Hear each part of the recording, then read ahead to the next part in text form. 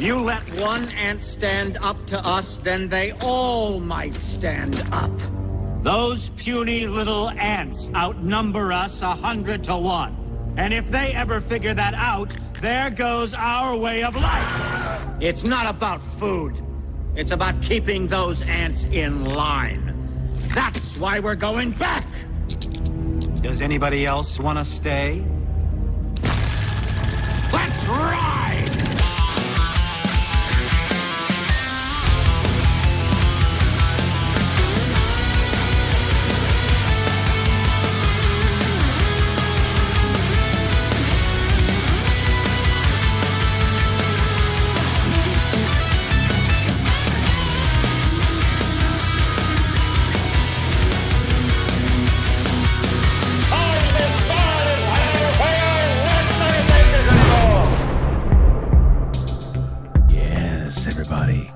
Welcome to the show. It's so good to have you on at 7 o'clock on a Thursday. Week's flying by. It really is. Thankfully for you, we still have another second half. There's tonight, there's tomorrow, and then there's Saturday night. I love weeks like this.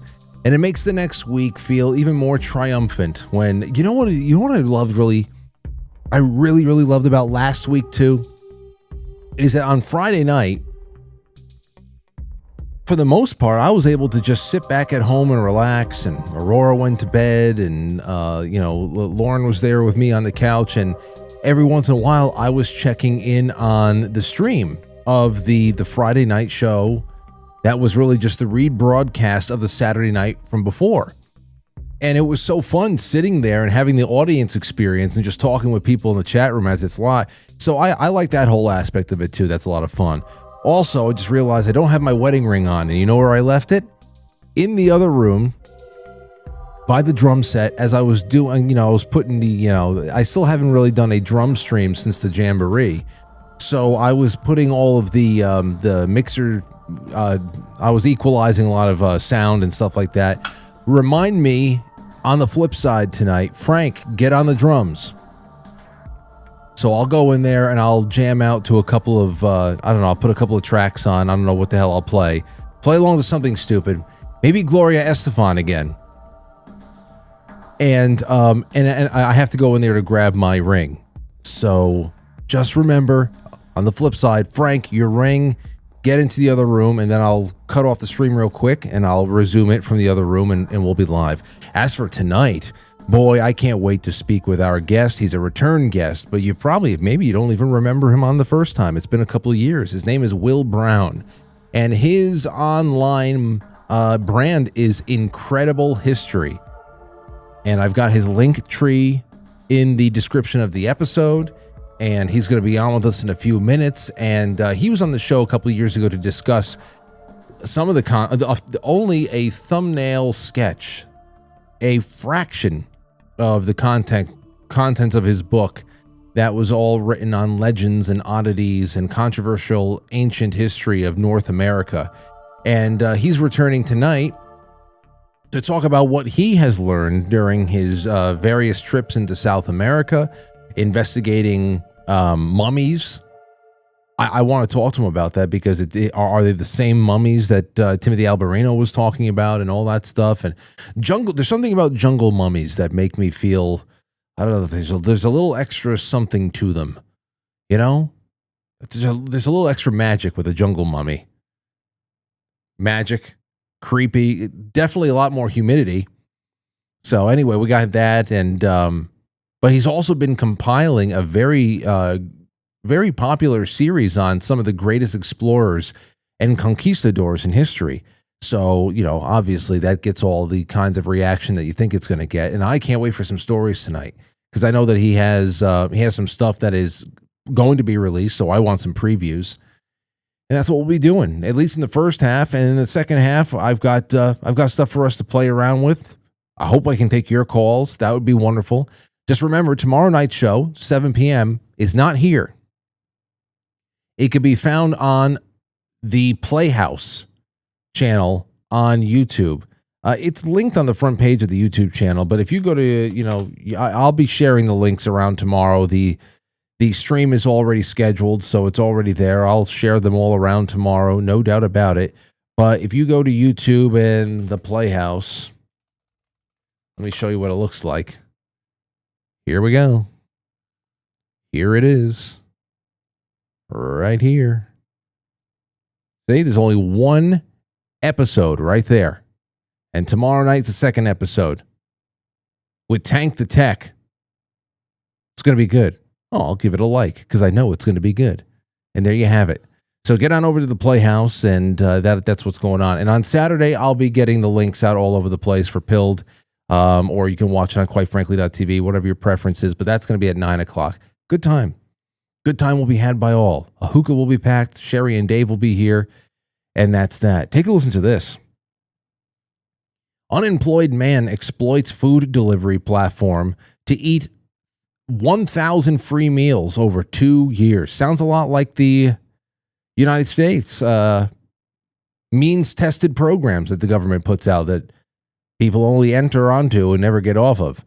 38-year-old Japanese man was arrested on suspicion of fraud after exploiting a food delivery app's loophole to unlawfully receive over 1,000. What's the loophole? 1,000 deliveries without paying for them. For more than 2 years, Takayuya Higashimoto, an unemployed man from Nagoya, took advantage of the order cancellation policy of a major Japanese food delivery platform to eat over 1,000 free meals. You see, this is what happens when you're the one dishonorable man in almost a completely honorable country. You're able to eat for free for 2 years. To do this without being detected was no easy feat. Investigators found that the fraudster used 124 accounts. Oh, he earned those meals. On the Damakan delivery app, many of them registered under false names and fake addresses. Higashimoto typically used prepaid cards to register an account and canceled his membership a few days later. This made it very hard for the platform to detect and stop his operation, which resulted in losses exceeding 3.7 million yen, or $24,000 American, which isn't that much, but $4 would have been too much because it would have been very naughty. Oh, I wish this were the worst crimes we read about every day. Anyhow, so he got it. Oh, that's him? Is that him? He doesn't look very hungry. Not anymore. He doesn't look big either. I wonder what he was ordering. Like, I love to see it. I bet you it was really healthy. I bet you it was. All right, a little on this now. Telegraph, the sperm black market. Maybe we could talk about the black market of sperm on the other side of the guest appearance though tonight, because I'm sure that this can go into all different types of directions, and none of them appropriate. Give you a little bit of time to put the children to bed and all that stuff. Anyway, that's what we're going to do. I'm bringing on my buddy. It's been a while since Will Brown has been on, and the other thing about Will, as I pull him in here 5 minutes earlier than I told him I would, but to hell with it. Why wait? And when you have a good thing that's ready to go, Will is going to be one of quite a few really awesome panelists and people who are appearing at Michael Collins's Quest for Ancient Civilizations. That's what it's called, or Lost Civilizations? What is it again, Will? Quest for Ancient Civilizations with Mike Collins out there. Michael Collins has been on the show quite a bit, hasn't he? A couple times. Absolutely. He should be calling in again soon, too, because I want to get more Franklys out there into the desert to see you guys in Scottsdale. Same. Yeah, this will be the first time I've done something like this. I used to be a school teacher for like 8 years, so I'm used to talking about this in front of people. But hopefully it's a big crowd, and my YouTube's been growing, Facebook's been growing, and I had a couple people reach out when I announced that I was going to be on that, and they said, I'm going to be there, can't wait to meet you. So this will be like the first time I've ever had an experience like that. Well, it's great. It's really great. I mean, you've since the last time we spoke, your brand has grown. I mean, we were talking right when your other book came out about all of that ancient North American lore And that is like just right up my alley. I just love stuff like that. And it was great to have you on. And I actually forgot until you just said it right now that's part of your backstory. You're a teacher, and tell everybody again, and remind me what the decision point was to leave that world and go into a little bit more of a broader approach to educating, because that's really you still are in that role, and there are so many people who go and subscribe to people like you as a part of, whether they consider it or not, their continued education.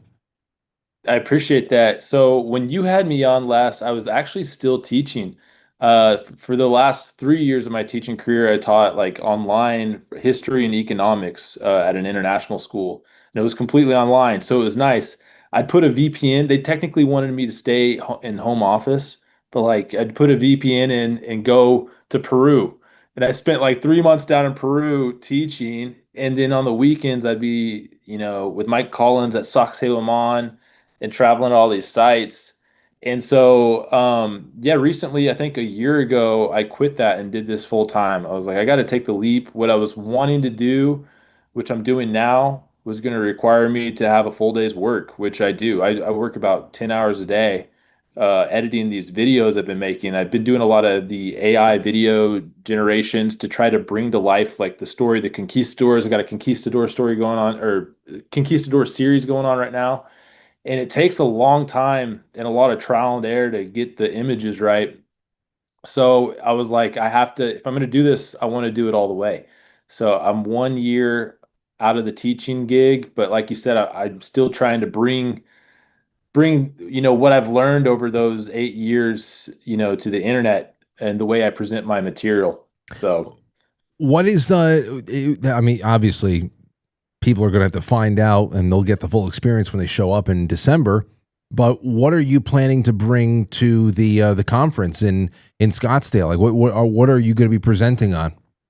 I'm going to talk about some of the oddities, legends, some of the hoaxes I've uncovered, and then also some of the genuine anomalies that I've talked about in my book, and then also on my YouTube, in particular, Way It's Laco, which I think we might get a chance to talk about in a little bit. This old site in Mexico that in the 60s and 70s, they found 200,000, or they found artifacts. It's a long story. We can get into it. It's a crazy saga, but like too long didn't read, TLDR version of it is they found these artifacts in a layer of ash that dated to over 200,000 years old, which is a big no-no. Men with guns showed up to the site, confiscated the artifacts, banned the geologist and the archaeologist from the site, and we kind of have just forgotten about it. And I started making content about it that's got millions of views between short form and then my last video, the long form video that really popped up on YouTube, called Exposing the Biggest Cover Up in Archaeology, I think is the name of it, Way It's Laco. And it's a crazy story. So I'm going to be getting into some of that down there. I don't get into I don't, I'm more of an America's guy, and I'm kind of, a lot of the stuff I talk about in the book probably are hoaxes, and I cover both sides of the story. Maybe some artifact that doesn't belong, but then there's some stuff that hasn't been explained yet. And Huaytlaco is one of them. Huaytlaco is not a hoax. Something weird happened there. There's some type of anomaly with the artifacts they were finding. See, So okay, we were going to get that was something I was hoping we can get to at some point tonight, and I had it in the. I was going to try to tie it all in toward the end, but we might as well just do it right now, because yeah, why the hell not? Let me. All right, so you're talking about hoaxes, but this is something that's on the flip side of that, where you talk when you talk about there is a government response to something that was gone, taken away. You never hear anything else about you. What were the artifacts, or the rumors yeah, of what the artifacts were? yeah. So And what let's and you just said 50 years ago. So what year? so technically, I think it was like 1959 is when they started realizing there was stuff down there, but it's well into the 60s when the actual excavation goes on. And yeah, let's get right into it. So that same time is when they're finding these old hominid bones in Africa. that, Lucy, that were dated to over 1 million years. So that's kind of grabbing the headlines and taking attention away from what happened at Hueyatlaco. And I don't know if I can share my screen. I actually have some images that might be helpful for. You should be able to. Hold on, let me see. Right, let me see if for the live audience right now, bear with me while I do my boomer thing to try to do my best boomer impression to try to figure out how I'm going to do this without showing my whole screen. But yeah, I'm going to send a request. And so at Hueyatlaco, there's a place in Puebla, Mexico, a reservoir down there. I believe it's called Valladolid Reservoir. And they started finding a lot of Ice Age animals, extinct animals down there. The American camel. At one point, there was a camel in the Americas that lived. The American horse, some type of mammoth tusks that were being discovered. You're talking about an actual breed of horse prior to because how we learned it in school is that the conquistadors actually brought horses to the Western Hemisphere. Reintroduced. Yeah. Wow. In fact, there was probably a subspecies of horse that survived even longer than like the younger Dryas down in kind of the Mexico area. There's some people that think the horse actually maybe survived longer than that large kill-off that happened about 12,800 years ago, that some people say might have happened because of some cataclysmic event, right? Which I'm starting to be more open-minded to that. But so let's rewind to Hueyatlaco. So what happened was there was a man named Juan Armento Camacho that found this bone that appeared to have art on it, that appeared to actually have fossilized art depictions on it. And since it was fossilized, this was a big deal because that means that it had to be at least 10,000 years old. I believe 10,000 years is the number. And so this was a big no-no back then because people thought that, people didn't get to the Americas until 12,000, 11,000, 10,000 years ago. We know now that it's probably at minimum 22,000 years. And if you believe what they found at Hueyatlaco, way further than that. And so let me see if I can share my screen real quick. Yeah, let me pull one of these up. Hold up real quick. And so people start taking interest in this because, and I'm going to show you a picture of what this bone looked like. Give me just a second. Okay, cool. Can you see this right here? I can, yes. Cool. I'm not like, am I showing anything else on my screen? Well, I mean, if you want to go full screen with the hunting JPEG, then Yeah, we'll go that. yeah, Cool. Perfect. How's that? yeah. And so what you see here is the depiction of a hunting scene. And the reason this was significant is because it looks like it was appeared when they brought it to a geologist that it was carved on something called green bone, which means it was carved soon after death, meaning this is very, very old. Spoiler alert, this artifact right here is actually missing now. No one knows where this is. This might have been the first depiction of human art in the Americas, and we don't know where it was. And I'm gonna tell you why. What year was it cataloged? It was cataloged in the early 60s. Okay. I don't know the exact date, but in the 60s by a man named Juan Armento Camacho. And it made a big deal. Everybody acknowledged it as an amazing find. Yeah, at one point, the Smithsonian had a replica of this in their museum. Who knows where that replica is at? So they start doing their basic geology there. And I'm going to stop sharing real quick. And I'm going to share another little site right here. Okay. And they start doing their archaeology dig. They start getting layers. And long story short, let me share this real quick right here. Okay. That's just you can just see the image, right? Yeah. Okay, cool. So long story short, they got this Hueyatlaco ash here, which is good because there's carbon in that and you can date ash. And they start finding artifacts in bed C and E, and even an artifact in bed I. Well, this is great. Now all you have to do is date the ash, right? If you can date the ash, you can get an idea of what the minimum is of these artifacts. So at first, they do this and they do a carbon dating test, which is not as accurate as the test we have these days. Carbon dating only goes to like 60,000 years. But, it's the best they had at the time. And it came back at like 22,000 years, which is a big no-no. Like that didn't fly. It's not supposed to be like that. And so immediately people were skeptical. Even the lady that found these artifacts, her name was Cynthia Irwin Williams. She was an up-and-coming archaeologist. She was hesitant to publish it, but the geologists involved were like, hey, no, this is our work. Like, this is what we found. We're going to publish this. So they publish it and it causes, a shitstorm. And men with guns at some point show up to the site. I know that's a crazy segue, or that's a crazy, going from one thing to the other, but that's what happened. And banned all the American archaeologists and all the geologists from excavating at the site. They took all of the artifacts and they all went missing. Luckily, they'd categorized it and they had photos of these. These are actual photos of the artifacts that they found. And um, the person that ordered this was apparently the director of the National Museum in Mexico. Some people think he was jealous. Some people think that he was accusing Cynthia Irwin Williams of planting fossils, or sorry, in this case, artifacts. Uh, and long story short, a lot of the archaeologists defended her immediately, saying, you can't just plant fossils in this. This is like hard sediment. It's not like you're digging with a shovel on loose dirt. You're chipping away almost like you're doing paleontology.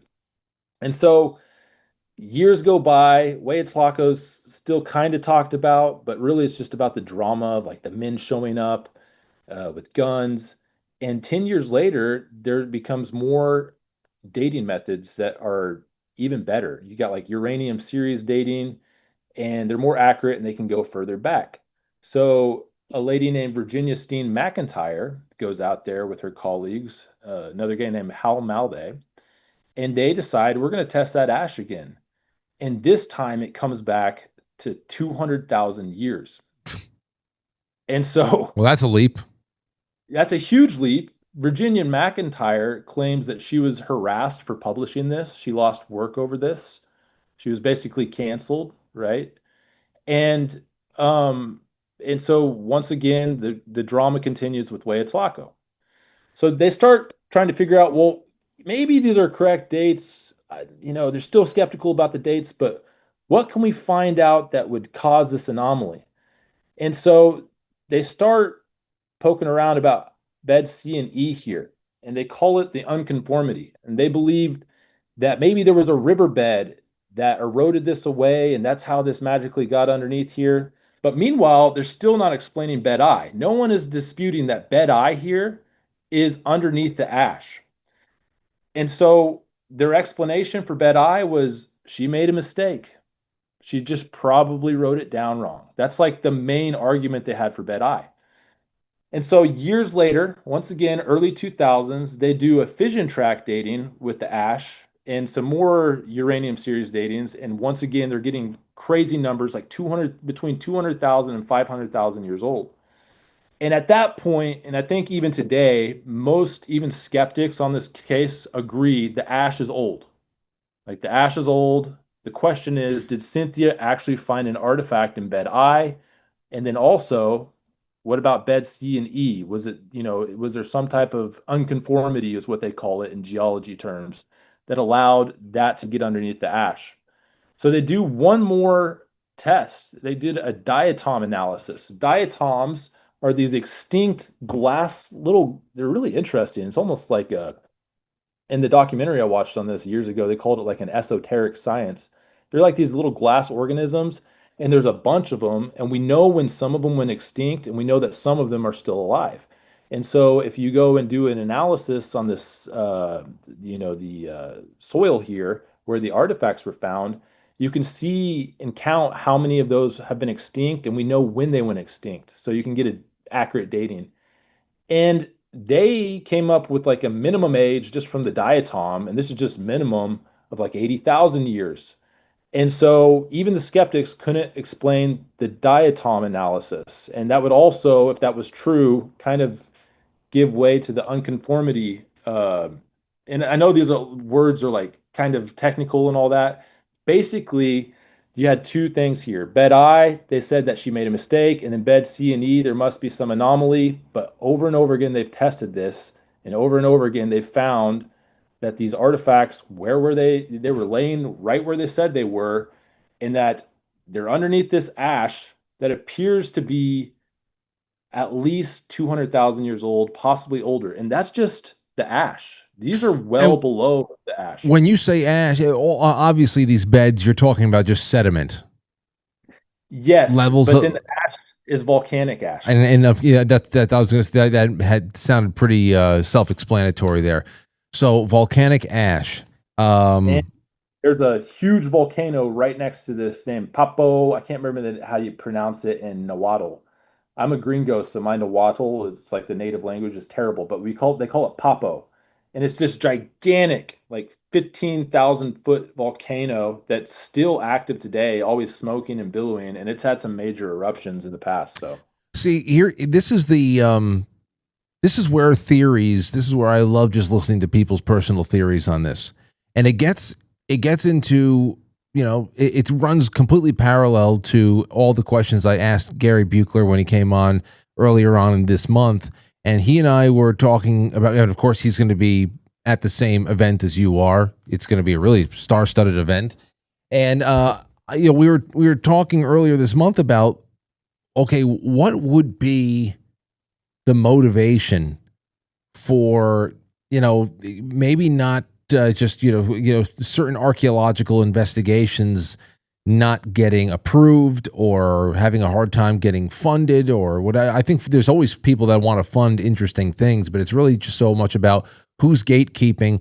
who's allowing you to go and dig around, to go and scan, to go and do, to go and visit Antarctica, for God's sakes, But it's not just so much about red tape, but there is a really virulent, outright attack that goes on for people who poke around into this stuff. And now you say, okay, well, 80,000 years dating, 200,000 years dating of these artifacts that have been found, these relics. It's ridiculous. Well, then why? Then let the light be shown onto it, and let it be seen as ridiculous, and let the old paradigm of thought about how things were over here in prehistory, let that just be strengthened in its position. And I just don't understand. What do you think your theories are about why it's not just about red tape, but there's outright attack? It can't be just pride, hubris, and wanting to maintain tourism bucks, because I mean, think about the boost in pride it would be if you were, an archaeologist and you uncovered an unknown chapter in history, or the boost of tourism when you realize that an ancient site is actually even more important than it was thought before. So what are your thoughts? totally. So I think that the old school way of things was like this attitude of scarcity, that you had to gatekeep, you had to corral your information and make sure that no one else was looking at your information, and you had to come to the conclusion before anyone else could see it. And now in 2025, we're moving way past that. And anyone that embraces like an open source attitude toward their channel, right? It doesn't even have to be archaeology, like YouTube, like any of these guys that I'm going to make my point here. I'm going to kind of go on a rant, but I promise it'll make sense in a moment. Some of these guys that are blowing up, in the manosphere, or really any type of subject on the internet, they're doing well because they're allowing people to clip their stuff, right? They're allowing people to like show the world what they're about. And I always wondered why the first archaeologist that does something self-funded and is like, hey, I'm open sourcing all of this. Here's a Google Drive link. It's going to be a long process. I'm not necessarily even asking for help, but if you're curious about the data I'm collecting, here's the data. I'm going to be completely open, and I'm doing a live stream once or twice a week while I excavate. That guy's going to blow up. He's going to have a huge channel. He's going to make money off of it. He can fund even more, And so I really would like to see archaeology get more open source like that, Mhm. and with the data collection. We don't use file cabinets anymore, right? We have Google Drive. You can collect the data in a timely manner, however long you want it, but put it out there for everybody. Now, for Waiatlako, what they would say is, you know, and this is a genuine critique of Waiatlako.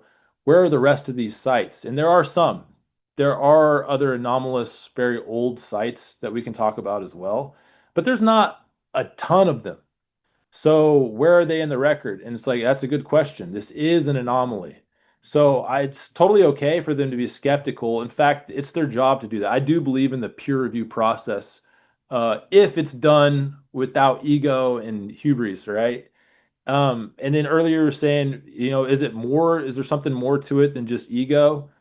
I don't know. I think it's a lot of it's just individual ego. In the case of Waiatlako, all the archaeologists believe that the head of the National Museum was, one, upset that he didn't find it, two, upset that an American found it, and three, it was an American woman that found this. Wait, wait, wait. But does somebody in that position, like in like museum and antiquities and all that stuff, do they have the power to send in paramilitary to confiscate? Like government confiscation is another level, man. It makes everybody think like Roswell, not like I don't know. If that's the first thing that I go to is like, damn, what kind of Roswell shit are we have on our hands right now? Mexico 1960s, yeah, it's like still the Wild West out there probably. I can't remember that archaeologist's name was, and he's dead now, so he can't defend himself. So I probably shouldn't but the story is that he was the one that sent out men with guns, is what the story. In Christopher Hardiker's book, great book, would like to plug a book, The First Americans by Christopher Hardiker. He's passed away now, but he's an archaeologist that went down there in the early 2000s to try to really figure this out. And he wrote a cool book, and he's convinced it's real. Like he thinks there was some type of hominid in the Americas during that time. And maybe it's not even a Homo sapien. Maybe like the Denisovans or some other, hominid was out here well before Homo sapiens got here, or maybe it was a Homo sapien. The date for how old Homo sapiens are keeps getting pushed back. So this topic's fun because I hear it from the archaeologists. This wasn't a cover up. I'm like, really? Men with guns literally showed up and confiscated artifacts. Like it sounds like a cover up.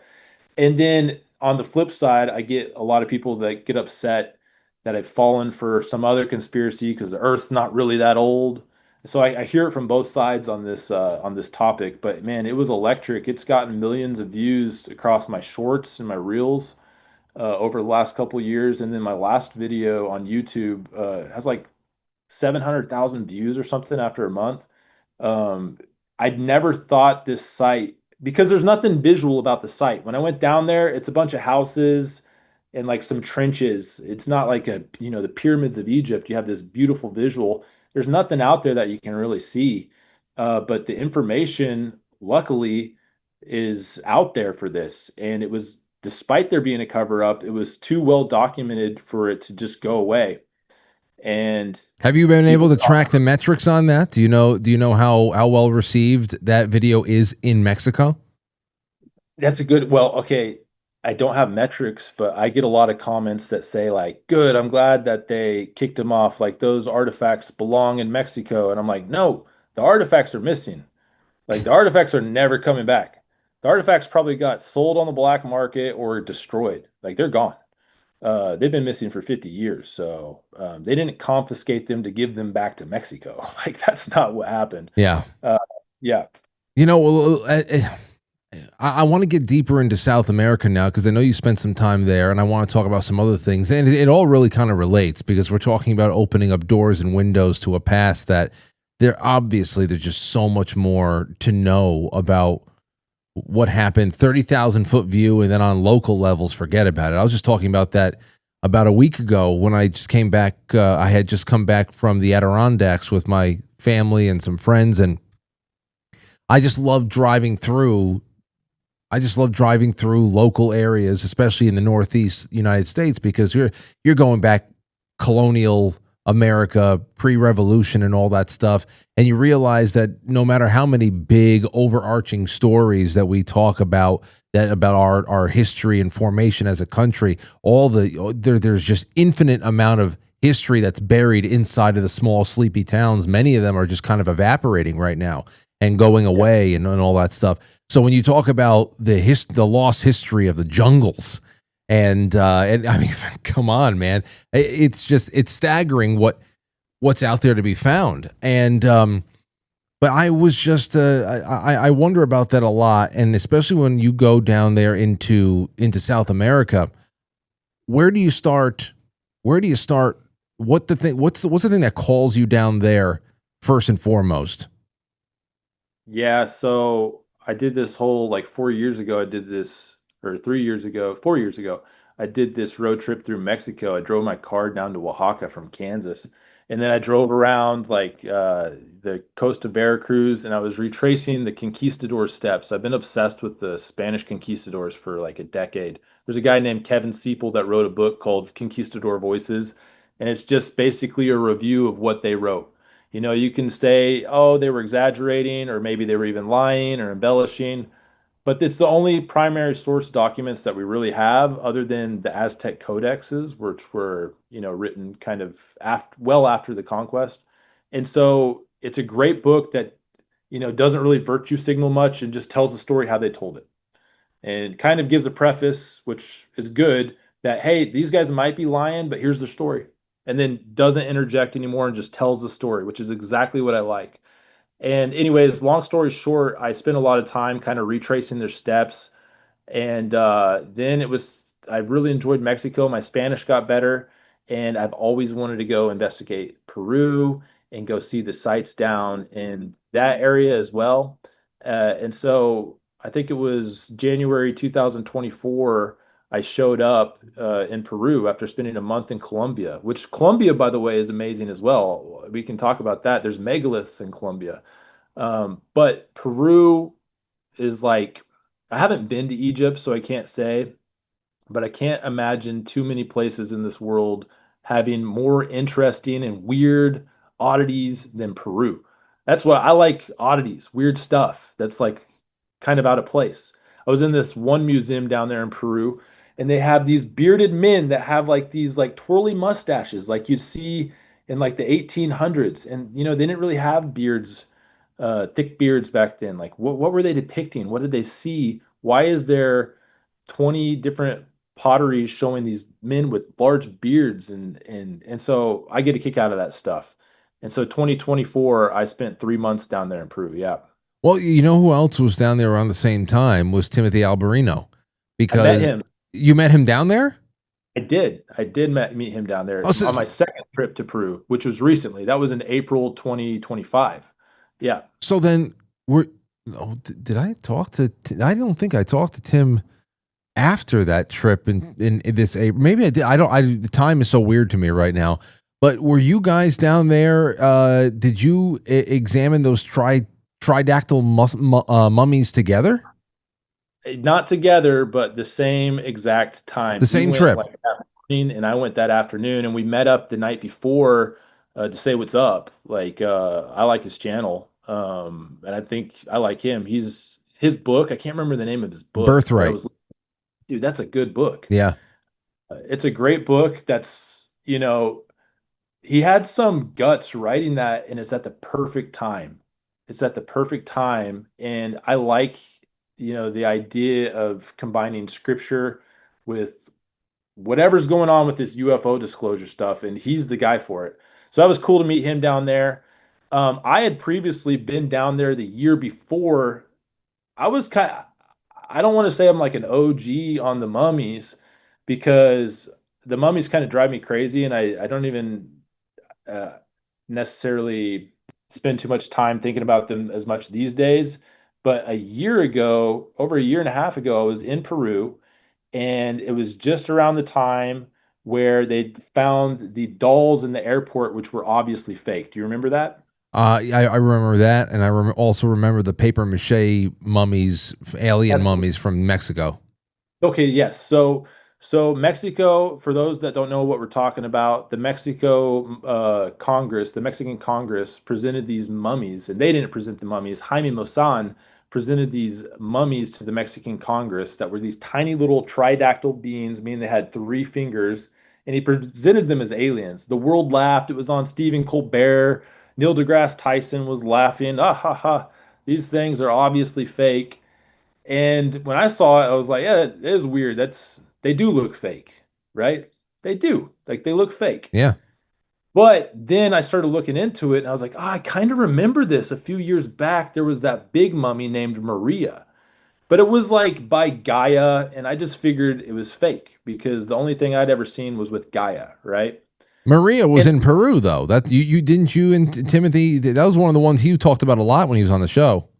yeah, here's a picture of me and Maria. I'll share it with you right now. I got a picture of Maria right here. He was talking about how, the things that were believable about it was that there was no obvious like seams or stitches or anything that looked like it was composite or something like that. Right. But On the surface. on the surface, and I don't know what X-rays showed, and I heard mixed things about what DNA tests provided, but I don't know about internal organs or whatever. So what did you observe, and what makes it believable or unbelievable to you? So just I would like to preface this because a lot of people they're like, "What were you doing down there? You're not qualified to go look at this stuff." And you're right. But I would happen to be in Peru. I was willing to go look. I had a drone and a camera, and I had an opportunity to interview a lot of these guys. And then a year later, actually got to see her. And Timothy's right. Like when you first look at her, it's like, how could anyone fake this? Like, it looks, there doesn't appear to be any manipulation. And I'm not the only one that said that. And Timothy's not the only one that said that. The American forensic scientist who did a preliminary investigation basically said, from what we can see, we're not seeing any manipulation. That being said, there have been people that have taken a look at the scans and believe that they thought that the thumb was obviously removed, and that some of those were maybe used to lengthen the fingers later, kind of Frankensteined it. Mm. We can talk about that in a minute, but I made this not movie, but a YouTube video called "Show Me the Mummies." This is back before I knew how to do titles. I just thought I was being funny. No, I like that. See, that's the kind of title I would have picked, and maybe that's why I don't get as many views as I should. Yeah, and I appreciate that. And it it kind of was me just going down there and trying to give a timeline of events and telling everyone, hey, the world's telling you that these are fake, and they very well might be, but it's not for the reasons that they're saying. At that point, the narrative was they're all animal bones. And I'm like, well, nope, Maria's not an animal. Maria is very much some type of humanoid being, right? If Maria is fake, it's a dead human, right? That they manipulated. Like there's no question, there's nothing animal about Maria. Anyways, long story short, the reason I started getting interested is because when I talked to one of the doctors down there, I interviewed a guy named Dr. Zuniga Almora. He's both a dentist and a doctor. And he described what he saw when he surgically dissected one of the little ones. They have these metal rods in their chest. And he described what he called osseointegration happening, which means that there was ossified tissue to that metal rod inside the little guy, inside the little one. And he said that means that there was cellular fusion. The thing had to be alive when it happened. Now, I'm not a doctor, so I don't know if it was osseointegration, but I'm just telling you what the doctor told me. And I have that whole interview on my YouTube channel called Show Me the Mummies. I have a better video up now that's a little more snappy and tells you what you need to know, like the top three anomalies and top 3 red flags, which we can talk about if you want. We can get right into those. So what's the origin of the metal rods? Like, is that something? Are they thinking this might have been something almost like an autopsy? Or like a living autopsy? They're experimenting on something that's not dead, because obviously the tissue can't fuse or interact with anything if it's dead. I mean, you could put a metal rod through a human corpse or an alien corpse, and if it's dead, it's probably not going to be reactive to anything. Right, exactly. So the skeptics will tell you that the rods are probably there just to hold the structure of the Frankenstein bean that they put together, right? But a guy named Jesse Michaels, do you know Jesse Michaels, American Alchemy? He's been on Joe Rogan a few times, and he created this big, like well-produced, well-funded alien mummies documentary that I highly recommend everybody go watch. He thinks they're real. I'm still like, I don't know. There's some red flags that really are red flags in my opinion. We could talk about those, but he said that the metals were osmium and cadmium, which are extremely rare metals. In fact, they didn't even know about these until like the 1800s. Uh, and what's weird is or interesting is the Inca and the Nazca and the Paracas culture, they all used to, they did like brain surgery and they'd cover up with like little gold pieces, which some of these mummies, some of the big ones, there's one called Montserrat that has a gold piece that I assume is covering a trepanated hole. Do you know what trepanation is? No. The ancients, and this is weird because it was across the entire planet. Like the Celts in Carthage did this, the Chachapoyas in Peru did this. I believe the Egyptians did this, where you take a piece of your skull and you remove a tiny piece of your skull and kind of have this open air hole in your skull. Hmm. They believed it relieved pressure, it relieved headaches, it got you closer to God. There was a spiritual connection to it.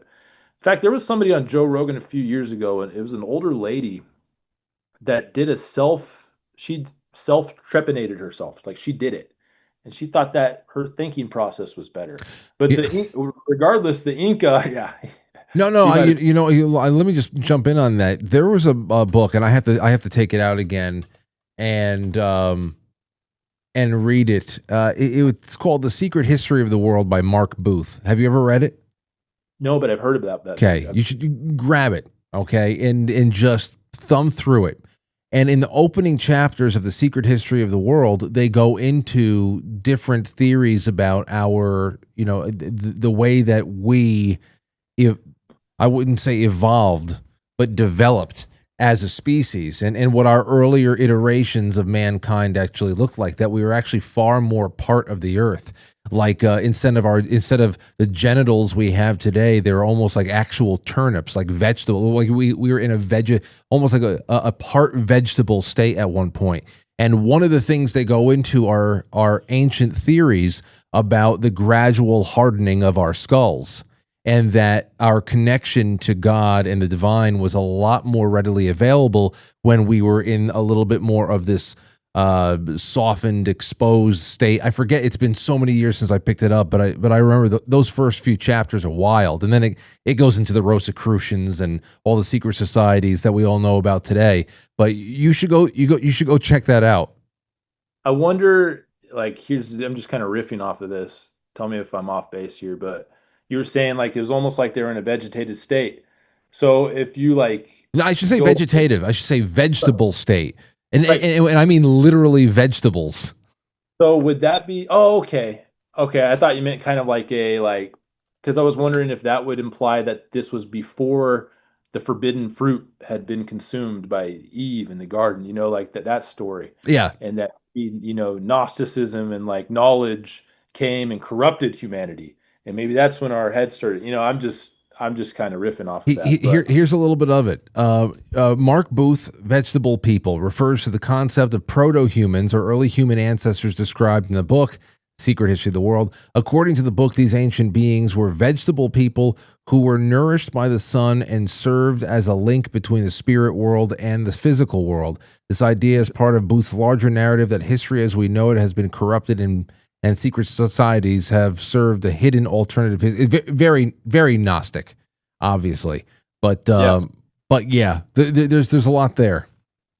There is. I'm definitely going to read that book for sure. And yeah, so on that note, like there's a lot of people now that are wondering if these are a manipulation, maybe it's not a hoax. Maybe this is an ancient manipulation. Maybe this is some weird, bizarre thing that the Nazca people were doing that our current modern era human ethos couldn't even comprehend why they would do it, how they would do it. And, they're Luke Caverns is a buddy of mine. You know Luke Caverns, he's got a YouTube channel. He's a history guy.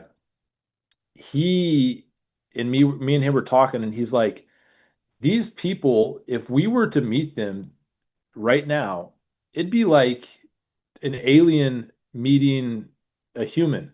Not because we're better or they're better, but our worlds would be so different and our ethos would be so different that it would be hard to even comprehend what that would look like, meeting a Nazca person from 2,000 years ago.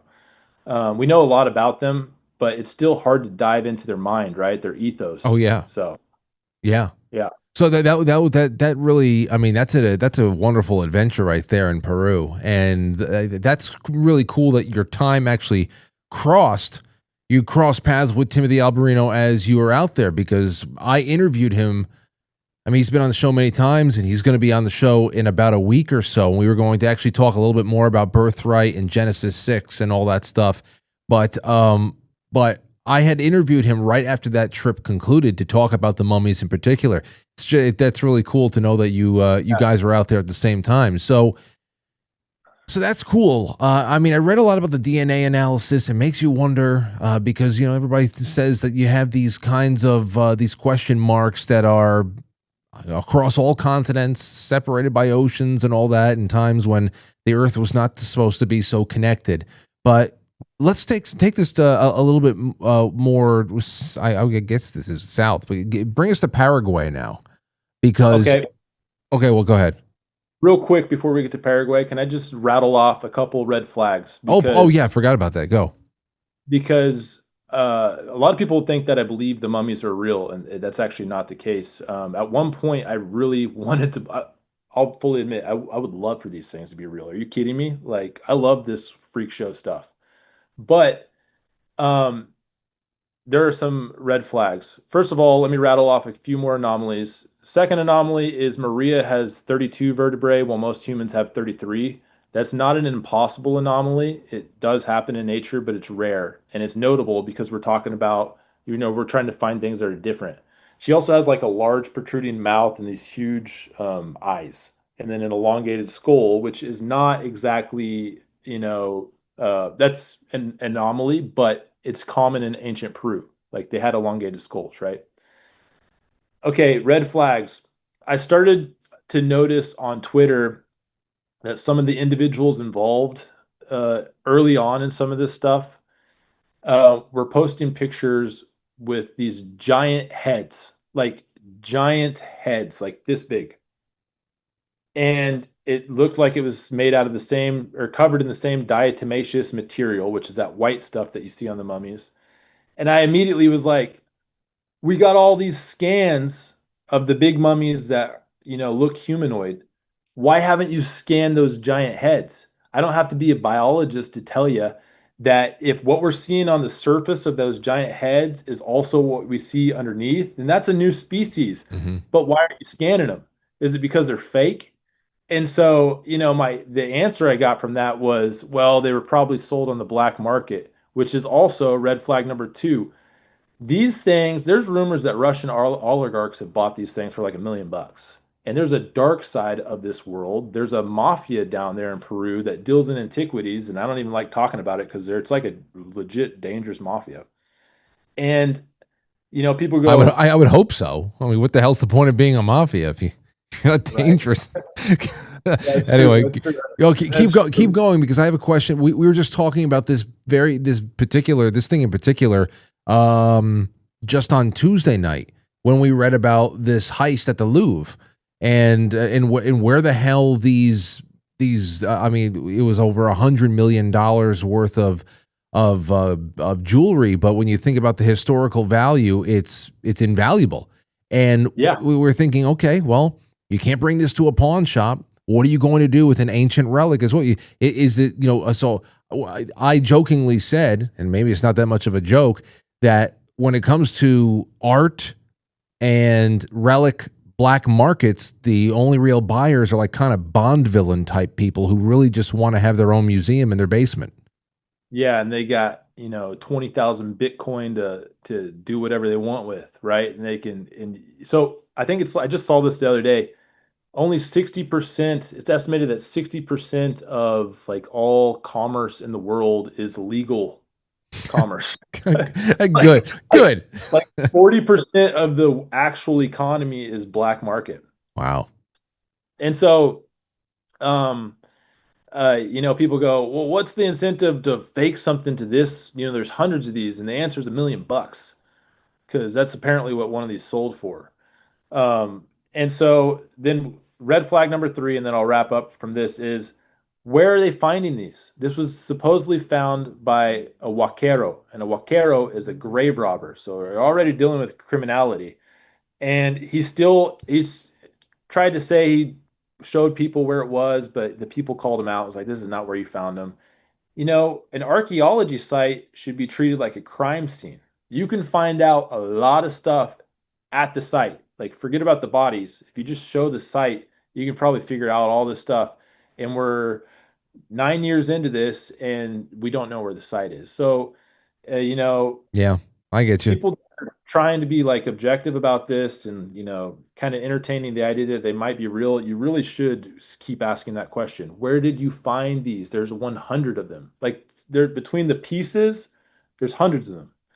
Uh, yeah. So, well, I mean, it's very interesting, and I hope that we find out a little bit more as time goes on, and because this seems we've had quite a bit of headlines coming out of that area of the world in this category for the last couple of years. We had these tridactyl mummies. We had the face peelers that were flying around on those. I don't know, those discs or something like that, like predator in the trees. There's a lot of weird stuff going on in Peru. Timothy Alberino was all over that. And Yeah. people died. People for sure died from that. Like, they found mutilated human bodies. Like, just like, have you heard of like you ever done the cattle mutilation rabbit hole before in like the United States? Yeah. Thousands of cattle over the last. Linda Moulton Howe, she was the leading voice in all that. Yeah, and these face peelers, it was like it looked similar. It was just a human body instead of. Yeah, I don't know a lot about that topic, but I've seen the pictures, unfortunately. Oh, I see. I didn't see any pictures. I got to talk to Timothy about that. Just see if there's any new information when he comes on in a week or so. But Just to maybe it's not the Peru pictures I've seen, but I just want to say, you see stuff on Twitter, and it's like this was the face peeler, and it like shows a. So I don't know where that picture was, and maybe it wasn't even Peru, but yeah. yeah, well, but I will look into it. I'll let you know, and I'll send you a link. Maybe watch that night. Call in afterwards. But Yeah. so from Peru on that same trip, did you go from Peru to Paraguay? I've been to Paraguay a couple times, and Paraguay is where I uncovered, in my opinion, a hoax. So I have a video about this called "Searching," or I think it's like "Searching for Vikings in South America," or "Did the Vikings reach South America?" And I'd always heard about these rumors of these runic inscriptions out in the jungles of Paraguay. And when I went down there the first time, I asked people about it, and they go, "Yeah, the Vikings used to come here." And I was like, "Really? What are you like? Are you taught this in school?" No, but it's just everybody kind of knows that. And I'd ask more people, and they'd say, "Yeah, the Vikings were here." And so I go back to Paraguay like a year later. I rent a car, and I just start going to all these petroglyph sites and asking people's questions. Petroglyphs, for those that don't know, are like ancient rock carvings. And I get contacted with some locals who send me some information, and I stumble across like some old grainy photos of these what appear to be runic inscriptions. I was like, "Oh my gosh, like maybe there are runic inscriptions out here." And for those that don't know what runes are, you can Google like Viking runes or just Elder Futhark. It's like an old Norwegian, Scandinavian like writing system. I might be wrong on that, but this is what maybe it's Scandinavian, but this is what I went down there to go see, and I kind of narrowed down the area I thought it would be, and immediately was told don't go there because a Marxist guerrilla group is in control of that area, and they kidnapped the former vice president of Paraguay in 2021, and he's like dead. No one's ever heard from him since. He's gone. The former vice president of Paraguay kidnapped by a communist guerrilla Marxist group. I've never even heard about that before I got there. But I found some more that were kind of near that area and decided, it's a national park. Surely I'll be fine if I just stay on the roads. And it was. It was great. Paraguay is actually a pretty safe country, all things considered.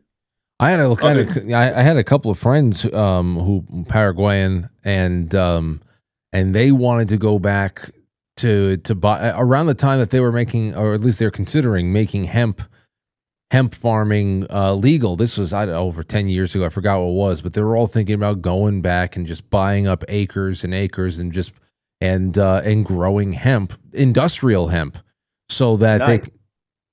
oh, there's the runes you're talking about. I'll talk about that. Sorry, I didn't mean to interrupt. I didn't know it was gonna have a delay No, like that. it's okay. This is more interesting than that anyway. And I had something else before we get into the hotel story you're talking about, because I want to know about that. That's I'm gonna big. tie that. I'm gonna kind of tie that into this. Okay, Believe it or not. go ahead. So we're looking at the runes right now for those of you in podcast land. Yeah. So I went and found them, and I was like, "Oh my gosh, these are runes." I had to hike. Like I hired these guides, and we hiked through the jungle, and they were macheteing it. I got a video out there on it, and I was like, "Yeah, these are runes. When were they made?" And so also on that same trip, they take me, and it's in this book called Vikings in Paraguay. I'd started doing some research. There was a guy named Jacques Mayhew back in the 60s that was apparently like a Nazi sympathizer. Some people even say collaborator. He was an anthropologist from France. And like many people after World War II, he fled to Argentina, right? And he started teaching in Buenos Aires. And he's the one that started the rumors of this, that the Vikings made it to Paraguay. And so I start reading his book a little more and realize that he says that there's a megalithic wall down there, even. Let me show you a picture of the megalithic wall. That is not a megalithic wall, in my opinion. Let me show you this real quick. And so I go and find this thing, and this is it. And the front side looks a little bit more like a wall. Right over here, it definitely doesn't. But I put my drone in the air, and this is basically one long geological feature that goes for miles, and it gets bigger and bigger. And yeah, so immediately my red flags went up because I was like, "There's no way this is a constructed wall." From this angle, it kind of does look like it, but if you watch my video, you'll see I get up in the air with a drone, and there's just no way. And anyway, so long story short, I keep reading the book and I put out that runic inscription on Twitter, and somebody gives a translation and it says Sig Thor Munk on it. That last line, Munk. And I'm reading the book and I see that he gives credit to Professor Munk, the leading runologist of the expedition he sent in the 60s to go find these runic inscriptions that no one ever has seen pictures of. Ah, I was like, oh my God, like, am I about to solve this? yeah, you did. I'd have to imagine. That's a very very old Viking, still alive all these years. So I confirmed the translation. I contacted the lead runologist in the world named Dr. Hendrik Williams from Uppsala University. And he's like, it's a weird runic inscription.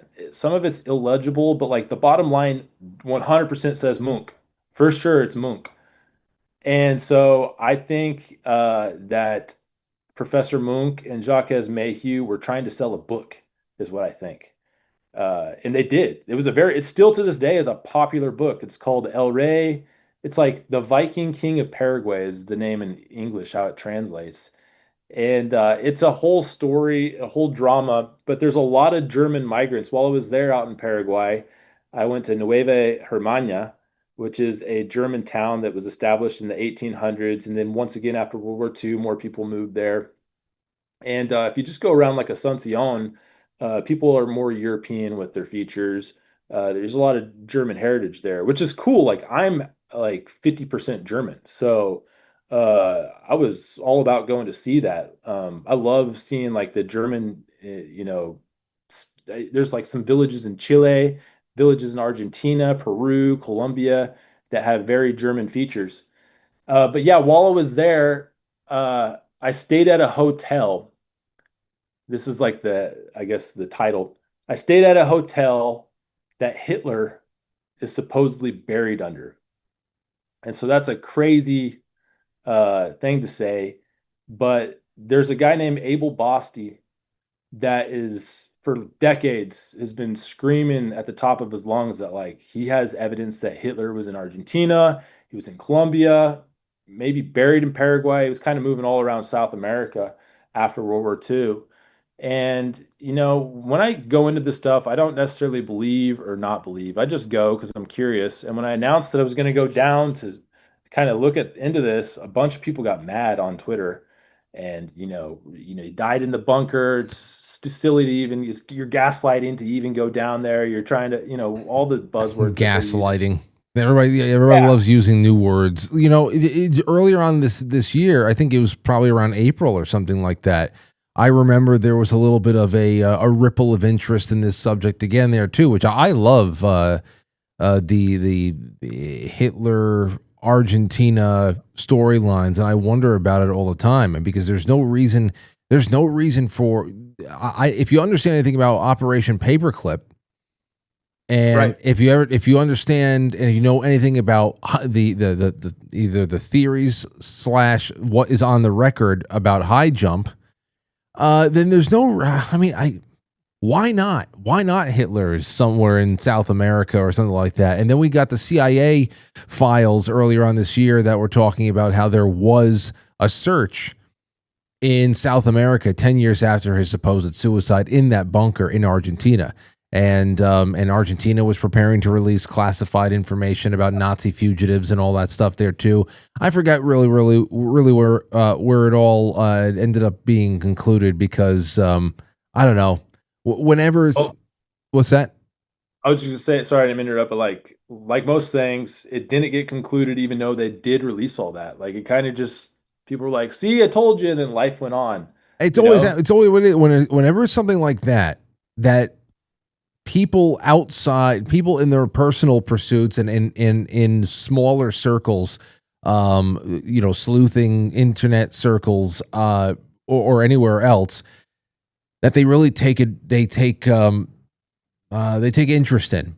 If they're interested in those alternative theories about what might have happened leading up to the war, during the war, after, what happened to people like Hitler, what's their true story about the hidden hand that runs the American government, and what side have we been on the whole time? Every once in a while, all of a sudden, the mainstream offers up a little nugget of a far bigger story that other people who take very great care in wanting to piece together things and ask meaningful questions. This is served up to the public in such sloppy, careless ways. Sometimes it devolves into a gigantic food fight for maybe about 3 days to a week to 2 weeks, depending on how big the headline is, and then it just I don't know, everybody's interest just kind of breaks and the dream fades, and then you don't remember even how it all concluded. Yeah. And so you're right. April was when it happened, like when interest rose, and that's when I stayed at the hotel. I should have posted. You were there during all the Hitler stuff, the headlines. So let's tell everybody why people think this hotel is where Hitler's buried, because it's a crazy story. But Abel Bastis wrote a number of books, and he came out along with a Brazilian author with an actual, in fact, it was the Brazilian author, and Abel Bastis just followed up on it with a testimony from a former Brazilian general in their army that claims that in 1973, maybe like that Hitler died in 71, and then in 1973 they buried him underneath a hotel. Not in fact, at the time there wasn't a hotel, but underneath like this underground bunker in Paraguay. And then they built this hotel over it, or maybe the hotel was already there. But it's interesting. The property, according to Abel Basti, is owned by the German Paraguayan Aid Society. And this general comes out and says, "Yeah, no, I attended a funeral for Hitler in 1973 under there." And I went and stayed there. It was like $30 a night, nice little bed, uh, nice little pool, nothing fancy. Kind of a dodgy part of town, actually. But I just kind of stayed there for the lore, I guess. And I was going to make a video about it, which I did, that got like 2 million views on Facebook. And I just told that story, the Nazi funeral underneath this hotel in Paraguay. And yeah, it all comes down to this general in the Brazilian army that says he was there for it. And they've looked at his credentials. He was like a higher up in the Brazilian army at the time. So it's wild. And a lot of the people that subscribe to the theory, and I think I'm one of them now. Like I don't know, supposedly his dental records prove that he died in the bunker, all that. At one point it was the skull, then they proved that that wasn't the case, that the skull was female or something like that. Well, then they came out with the dental records. I don't know. I need to go give the other side a fair shake, but the story of the people that believe that like our OSS at the time, like we didn't have the CIA at the time. I think did they call it the OSS? Is Yeah, that right? until That 1947. that we helped smuggle them down there, kind of as like maybe a deal that had been made for It's either that, or some of those, some of the more top secret submarine prototypes that they were using. That there was a submarine escape. which goes Yeah. into that they used the OSS and their submarines in Spain. Franco in Spain helped like hold them for a while things cooled off, while the heat cooled off. Um, was it Franco, the dictator in Spain? Is that right? Yeah. Yeah, I think so. So yeah, crazy story, but I was just down there having fun during all that, and I read about that, and I was like, I'm 2 miles away from that hotel. I'm gonna stay there tonight, and I did. Okay, well, I mean, I want to know more about that, because when you said, "Hey, by the way, I stayed I stayed in the hotel," or apparently that's built on top of Hitler's burial grounds, I said, "Wow, okay, well, I don't care what the hell we talk about tonight, but we have to loop that in somehow, because that's what else, Yeah. did it, check box." Hey, I would be really upset if we went all this time and didn't talk about any of the Conquistador stuff. Yeah, let's do it. Because this is a series of yours that is really popular. I know that you have a very a big one coming up. So here's what I want to do. First of all, there's a question that just came in from Dan in the audience. Said, Frank, can you ask Mr. Brown over here what he knows about what happened to the Aztecs in the Four Corners region that decimated them? Do you know anything about that in particular? So that's the theory that is he saying the Aztecs or is he saying the Anasazi? It says Aztecs. Okay. So some people believe that the Aztec came from Utah. Yeah, that the Aztec, the Mexica, they have this migration story that they came from the north, right? And if you look at the Mexican flag has an eagle that has a rattlesnake in its mouth. And the Aztec lore and legend was like they just kept migrating until they were going to see this eagle with a rattlesnake on top of a cactus in its mouth, and that's where they should settle. And that ended up being like the valley where Mexico City is today. And so I haven't looked into whether or not that, like the Aztec migration story necessarily, but there are some very interesting connections between the American Southwest and Mesoamerica, and even down in Peru. Anyone that's studied the American Southwest with the ancestral Puebloans, the Anasazi, as they're formerly called, I just call them Anasazi, but people get mad. I guess it's politically incorrect. I don't know. And they got T-shaped windows and doors. Have you ever heard about the T-shaped windows and doors in Colorado and Utah and Arizona? No. Well, if you go down to Mexico, they got these same T-shaped windows and doors in Guatemala, Chiapas, and then recently in Peru, I found some on adobe buildings, just like they have there. There's also a Mexican ball court in northern Arizona, and in Chaco Canyon, New Mexico, which was like the hub of the Anasazi, like and the ancestral Puebloans, where they had like their political and religious kind of spiritual place. They found over I think it was 17 skeletons of scarlet macaw parrots in New Mexico. So a scarlet macaw parrot are those really red, beautiful parrots that you see down in like Central America and South America. Mm-hmm. All the way up in Mexico. They found copper bells. They found chocolate. They found cacao. And they found games of chance. And there's this story, this oral history from the Navajo who were kind of moving into the area maybe right after the Anasazi kind of, people say disappeared. They didn't actually disappear. Like the Ute and some of the tribes over in Santa Fe are descendants of them. They just migrated. A lot of them probably went to northern Mexico.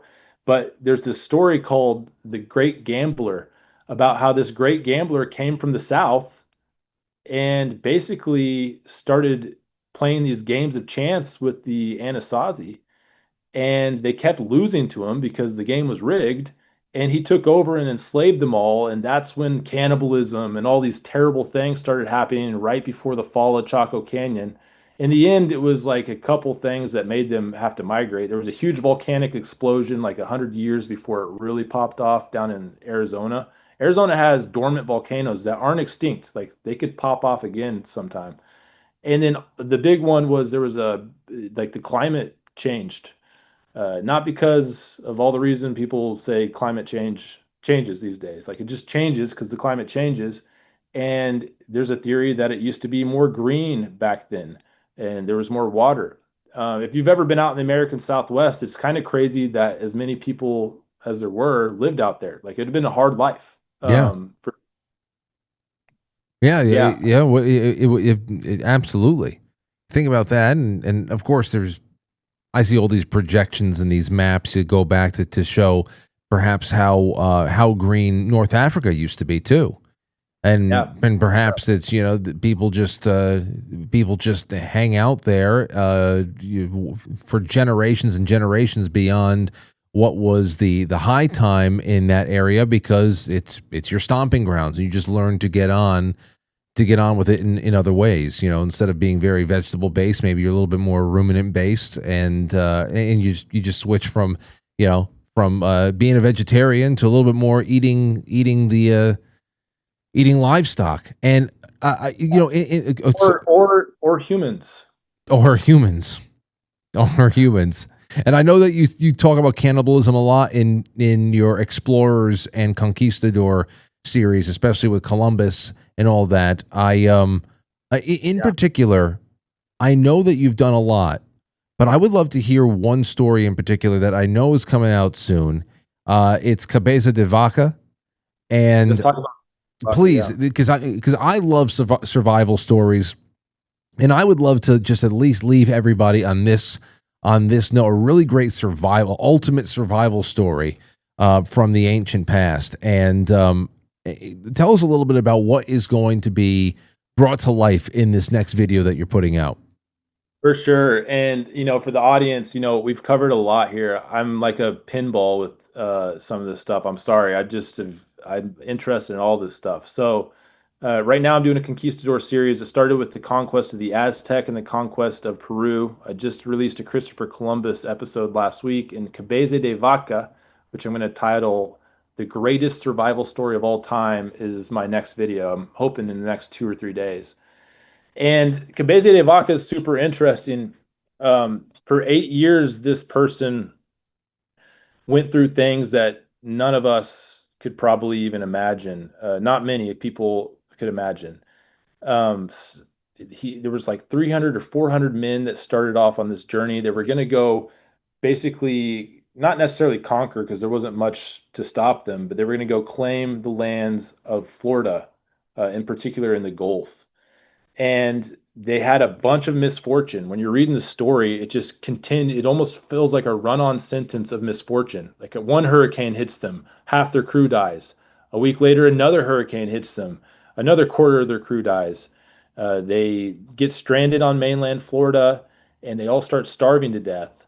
They have to build rafts, and pretty soon it's Cabeza de Vaca and like five other people that are alive, and eventually four. I think four total survivors.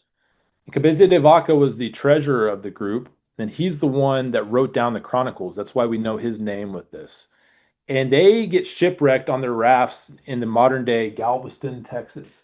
So right here on the Gulf, and it's a pretty amazing story because they went through a lot of trial and error with the natives. The natives definitely attacked them a few times, but if it wasn't for the generosity of some individuals that were Native Americans, they would have died. These Native Americans took Cabeza de Vaca describes basically these Native Americans picking them up and carrying them to their camps, stopping every 30 minutes along the way to start a fire to make sure that these guys wouldn't freeze to death, you know? And keep in mind, these people had never even seen a white guy before, which is pretty amazing. Yeah. Like that's incredible. And but what are these once they kind of get their strength back? What are these guys good for? They don't have any of their weapons, they don't have any of their swords, they don't have any of their knowledge. So they say, hey, we got to put you all to work. They basically get enslaved by these guys that saved them. And the work that they requested them to do was healing work, miracle healing work. And the natives told them, we need you to go and like literally blow. Don't want anybody to get confused about what I'm talking about. and We need to and blow our neighbors. Yeah, and blow on their sick and they're dead or like they're dying. And at first the conquistadors were like, I guess they're not even we can't even call them conquistadors at this point. These impoverished Spaniards are like, we don't know anything about that. We're not doctors. And they're like, well, you're not getting any food. So they stopped giving them their food. And they're like, okay, we'll do it. We'll do it. And so these guys are deeply religious, especially Cabeza de Vaca, and a guy named Castillo. Castillo is the one that started it. And they would go do the sign of the cross on them. They would do they would blow on them like the natives asked them to. And then they would recite their prayers, their rosaries. And these people would get better. And I have a whole thing. We can, first of all, I am a believer, but also like I'd love to get into the placebo effect if you wanted to. I think people like to use the placebo effect as a way to dismiss things. The placebo effect is proof of God, in my opinion. Yeah. Like the placebo effect is amazing. People cure serious ailments by believing. That's incredible. And so they do this, and Cabeza de Vaca writes that he basically brings one guy back from the dead, that he was done. And they asked him, hey, we need you to heal this guy. And the guy heals, gets up, says he's great. And pretty soon, word starts to spread of these Spaniards that can heal the sick and raise the dead. And for 8 years, these natives that they ran into on the coast of Texas, they are not like the Mesoamericans. These are impoverished natives. They are skinny. They're dying of starvation. For 3 months of the year, they eat nothing but prickly pears off the cactus. It's like a sweet fruit. That's all they ate. Otherwise, they're eating like lizards, game, and then occasionally during some seasons, enough excess corn from some of the areas that actually have agriculture would make its way up. So they're trying I say their masters, the people that they got to know, are trying their best to also feed the Spaniards, but they're also dying of starvation. And so they're struggling and they continue to live amongst them for 4 to 5 years. And eventually they say, hey, we got to escape this. And they would only run into the other Spaniards on occasion when their masters would come together. And they made a plan. They said, hey, during the next prickly pear season, during like the first full moon, we're going to meet at the prickly pear fields and we're getting out of here. Like we're going to try to find our way back to, Mexico City, New Spain. And they did. Cabeza de Vaca waited a long time during the full moon era or the full moon time frame during prickly pear season, and Castillo shows up and the other guy shows up and they leave. They almost die several times along the way, but every time they went to a new village, they were usually greeted with joy because people were like, you guys are the white people we've heard about that's healing everybody. Please come heal us. And before you know it, he's describing a scenario where he's walking through the desert, and on his way to the next village, he claims that he had 1,000 people following him. Like, can you imagine? Like, this is like he became like a religious figure. Um, and so the title of the story is going to be the greatest survival story of all time and slash miracles of Cabeza de Vaca. Um, and then eventually they get to a place where they do meet other Spaniards. And this is the tragic part of the story. They finally run into Spaniards, but the Spaniards are slavers. And the Spaniards, and I think, end up enslaving a lot of the people that actually saved him and brought him to safety. And then he kind of describes it as, they employed him, and I get flack a lot online for this. They say the Spanish crown made slavery illegal. It wasn't even legal to own slaves, and that actually is true. The Spanish crown technically made it illegal, but a lot of these guys were forced into servitude for sure. And slaving was a um, or whatever you want to call it. Trafficking people was an occupation back then. There's And so much, yeah. There's so much that you bring up here, man. The healing part of it, and that element of the survival story that you've been, because what do you've already been saved by this strange group of people in a strange land. Two worlds are colliding in a big way right there, and you are you're at their what's that? they're naked. They're literally naked. Like they are as And impoverished. and you're at their mercy because you're all washed up. Everybody you came over here with is almost gone, and you need them for everything. So what they say really goes, and they tell you got to go breathe on the sick and dying in their village. Then you got to go do it and hope that something happens. You actually have to bring a lot of your own faith to the table there too. Like if you're coming from Europe, if you are Devaka, you know that your breath alone is not going to cure anybody. These people think that you are some exotic creature, probably with powers because you came and washed up on their shores. But you know that you're just mortal. But you believe in God, and you're hoping that you can work through His authority to make something happen there. And as you said before, there is something about the person being healed, their belief, and there's also something about the person who is acting in authority of God Himself, and those two things coming together. That's a really incredible testimony. Yeah, and you actually hit the nail on the head. Cabeza de Vaca describes that. They were praying to God. Like they weren't just going through the motions. They were, please, Lord, make this work, make these people better. Otherwise, we're screwed. They're going to eat them. Yeah, yeah, exactly. Well, and I missed out on that part.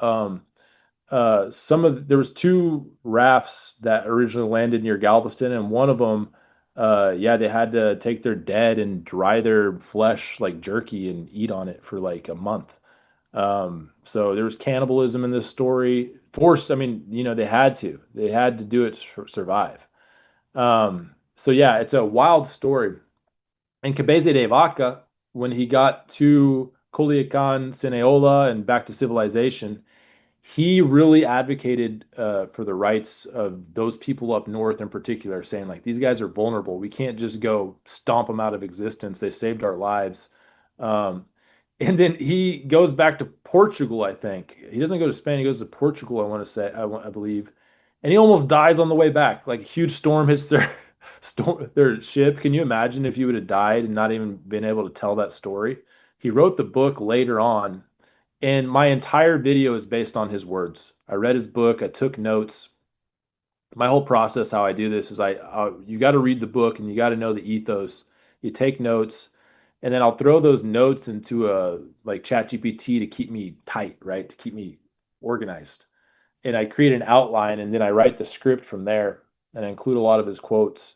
And so it's going to be about 22, 23 minutes long. It should probably be an hour long, but I'm trying to make it digestible in a way that an 8-year story of just absolute suffering, lowest of lows, can be told in like a 22-minute time frame. I can't wait to watch it. I really can't. And that's going to be so fun. And that's number what? I saw you have that's number 3 of your Conquista. Number 4. And you did 6 parts with Columbus? I did one video of Columbus's 4 voyages, which Okay. are just, you know, that one right now on Facebook is where I'm getting a lot of attention for that. It's just such a divisive topic. Right away in the video, this is how I do everything. Maybe it's a cop out. I think it's the best way to tell a historical story. is I preface it by saying this is not a moral authority on whether Columbus is a demon or a hero. This is a review, a narrative review of his story of the four voyages, as well as his son. His son documented a lot of it, and then some of his sailors bragged about some of their sins that they committed through letters that are now primary sources as well.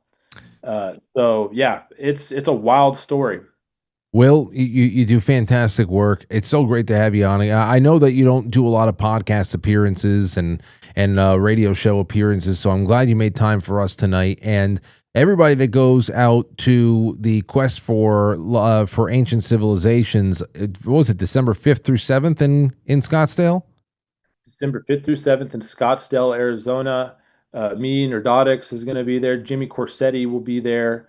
The up and coming Michael Button, who is just on Joe Rogan's podcast, is going to be there. And then the great and powerful Mike Collins, Wandering Wolf. Yeah. Hugh Newman is an OG from Great Britain that covers all the megalithic stuff out there. So Michael Button, I believe he's going to be on this show in November.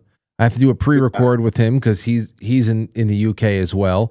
But he's got a lot of momentum behind him right now. I know that you're probably gonna be hanging out with AJ from the Y Files, so enjoy that, man. It's gonna be great for anybody that just is out there to be among all of this kind of conversation and this stuff. But it's gonna be extra special for someone like you who's going to be part of the actual production. And I really wish I could be there physically, but hopefully a lot of people who listen to this show in the area will drive out and see you there. So I have your link tree in the description of the episode, but where would you prefer people follow you first? Is it your Instagram? Yeah, Instagram, Facebook, YouTube at Incred History or just Incredible History. You can find me. YouTube and Facebook is where I spend most of my time. And Frank, thanks, man. You were the first guy the first big pod that ever had me on back in the day. So I watch, man. I see you every day I follow you on my private account and my Incredible History account. And I see you every day on Instagram. I see your comments. I see your likes. I'm stalking. I know more about you, Frank, than you know about yourself. Dude, it's funny. It's funny you say that because I just started telling people about 2 weeks ago because I noticed that with people that I follow too. And sometimes it really just makes me laugh even harder at some of the things that I watch, like, oh, so-and-so like this. And I told everybody, please take screenshots of the things that you see me pop up on. Especially if it heightens your enjoyment of that ridiculous thing that you probably saw me on. But dude, you always are a great presenter of information. And I know that there's so much more inside of you we can get out. So you just let me know whenever you open up your schedule for bookings again, just for conversation, because I'd love to bring you on as many times a year as you'll allow to just do shows like this. It's been really great. I appreciate that. Let's do it again. Let's do episode 3 soon. So just holler at me. You got it. In the meantime, enjoy your Halloween. And if we don't talk before Thanksgiving, that as well. And perhaps we'll do some kind of a Christmas show. That'd be nice. Christmas history or something.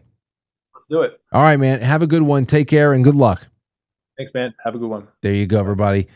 There is Will Brown.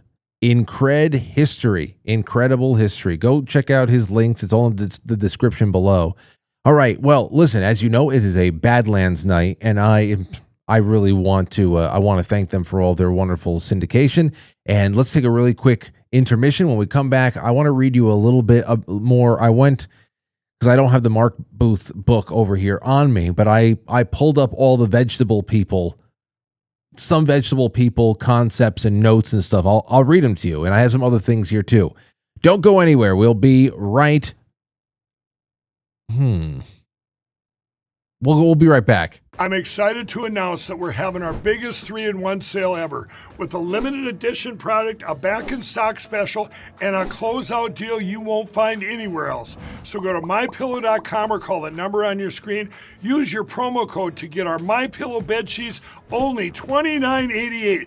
Any color, any style, any size, even kings, regular $119.98, only $29.88. Once they're gone for good. How about our My Towels? They're finally back in stock, but not for long. Get a 6-piece My Towel set, regular $69.98, now only $39.98.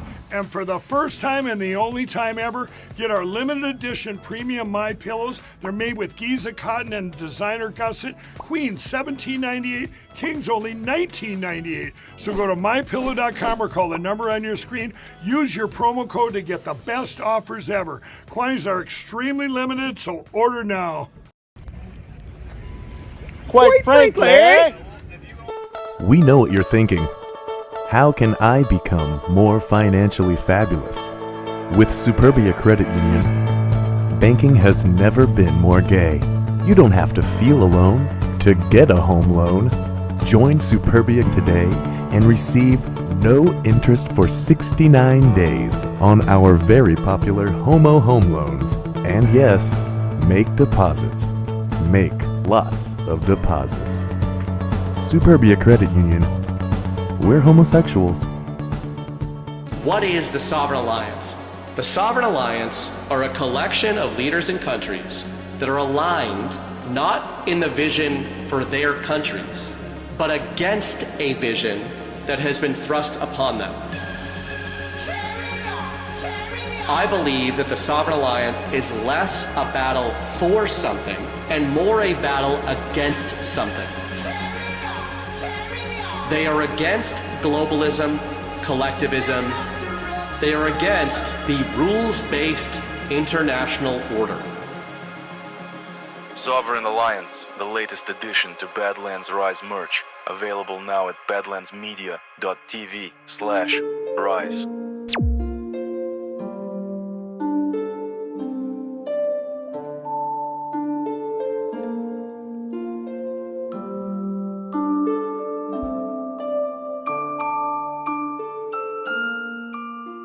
Okay, so it's what a great night. I knew that was going to be a good one, and even better, it just spilled right on into the 8 o'clock hour.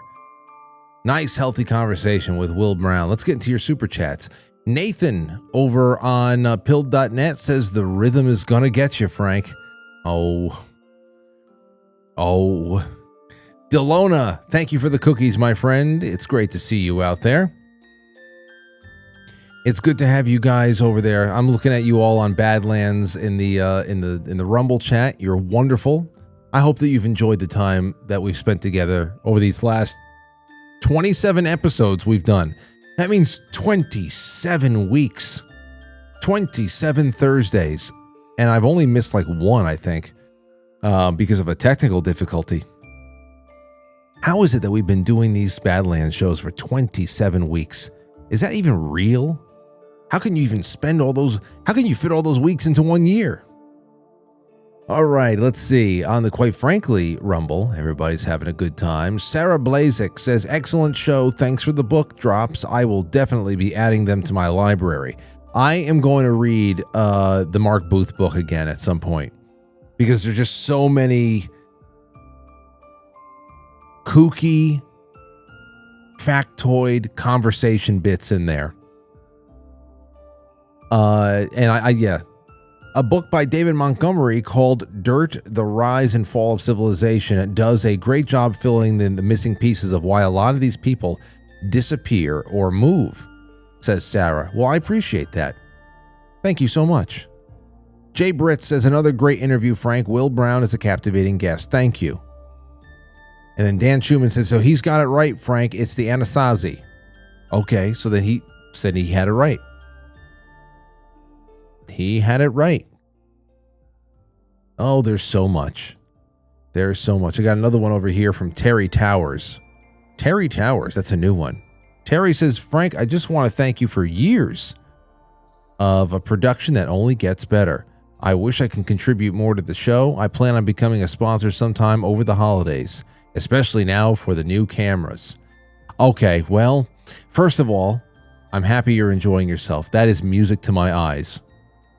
But secondly, don't worry about the new cameras. Seriously, don't. I was on the phone with the studio architect today, and yeah, that's going to take a little while, and perhaps a bank loan. So serious.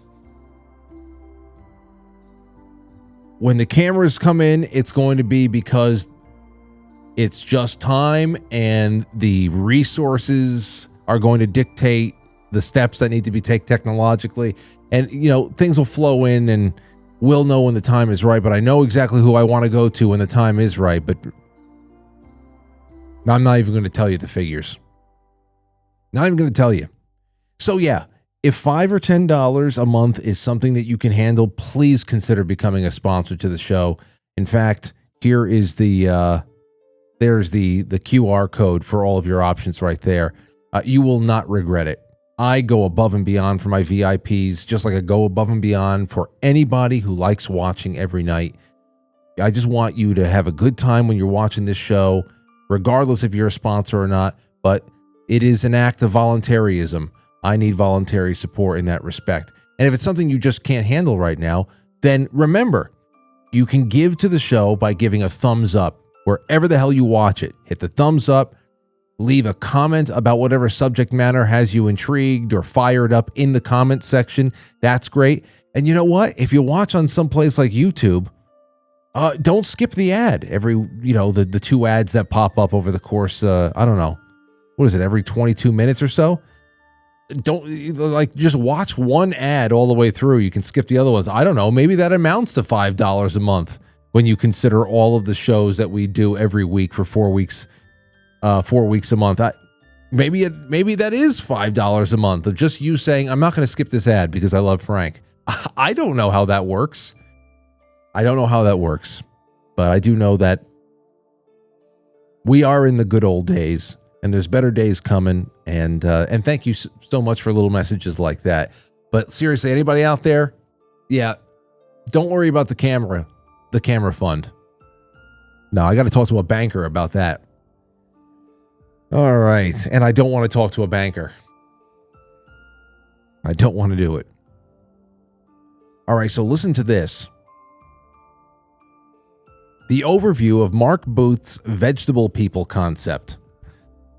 Mark Booth, writer under the pseudonym Jonathan Black in some editions, explores esoteric and occult interpretations of human origins and evolution in his book, The Secret History of the World, from 2008. The vegetable people refer to an early stage in humanity's spiritual and physical development drawn from mystery traditions, ancient myths, and influences like Rudolf Steiner's anthroposophy. I had never heard that, and I know a decent amount about Rudolf Steiner. Maybe I can bring on Ilana Freeland to talk about that. She's very big into Steiner. This isn't literal botany, but a metaphorical breakdown of human consciousness into form as part of a cosmic progression. Booth presents it as hidden knowledge preserved by secret societies, framing human history as a journey from ethereal unity to material separation. Okay? And then toward back to an enlightenment.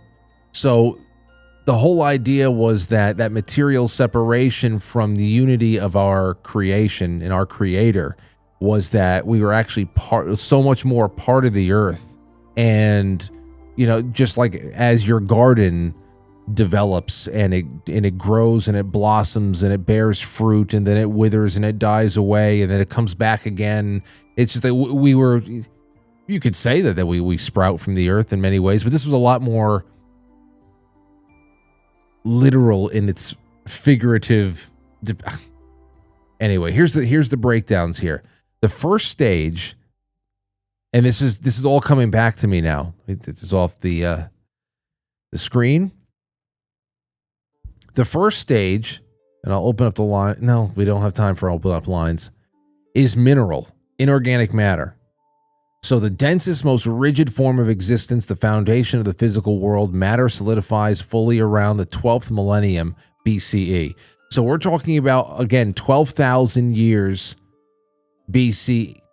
Okay, which is a very important time frame for so many archaeologists and people who come from whatever kind of discipline, whatever. We're talking about some pretty critical years in the history of the pyramids, the Sphinx. That 12,000 year mark is huge. And the key characteristic of this is static, lifeless, represents separation and forgetfulness of divine origins. But then you have vegetable, the plant-like human ancestors. Early human prototype, a collective dreamlike state where humanity exists as interconnected human vegetables before the fall, a spiritual descent into individuality. Humans were unified in a plant-like harmony with nature and the cosmos. It's a passive group soul awareness kind of a thing, nourished by astral energies rather than individual will.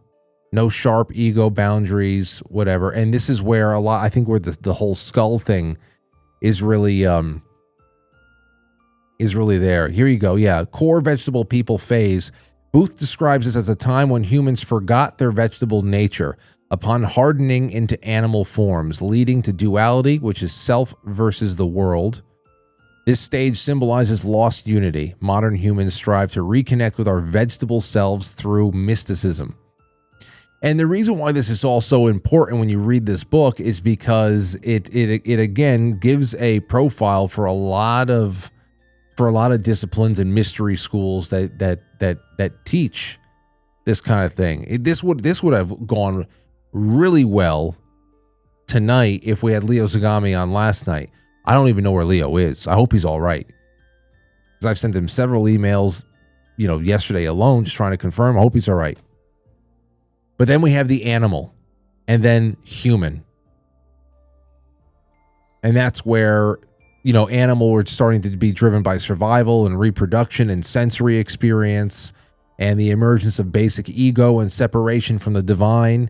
And then the human is active mind, free will, and potential for higher awareness, but prone to materialism and illusion.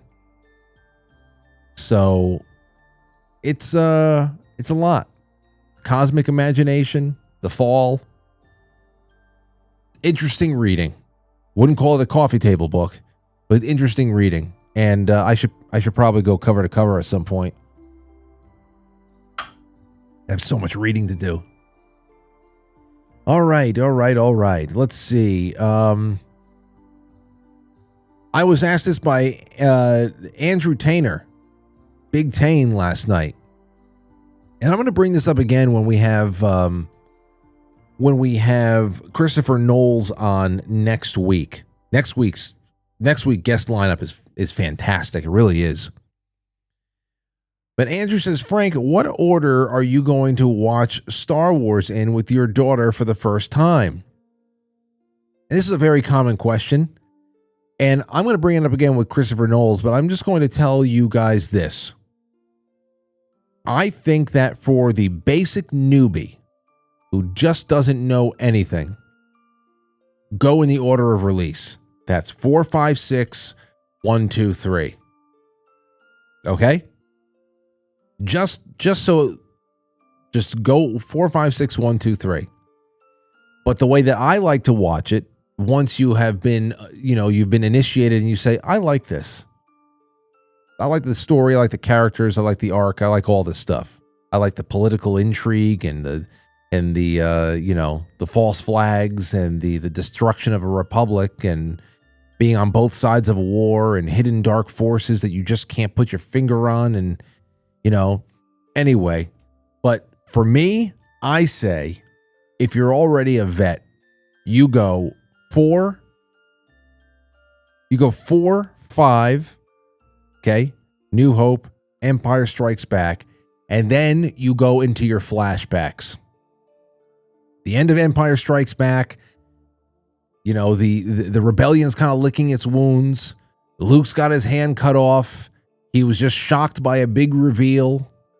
Okay? He's got the big reveal already. So you understand what this means to him now on a family sense.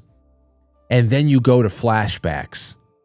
So you go 4, 5, 1, 2, 3 to right at the end of Revenge of the Sith when Anakin falls and Vader rises, and then you go to Return of the Jedi.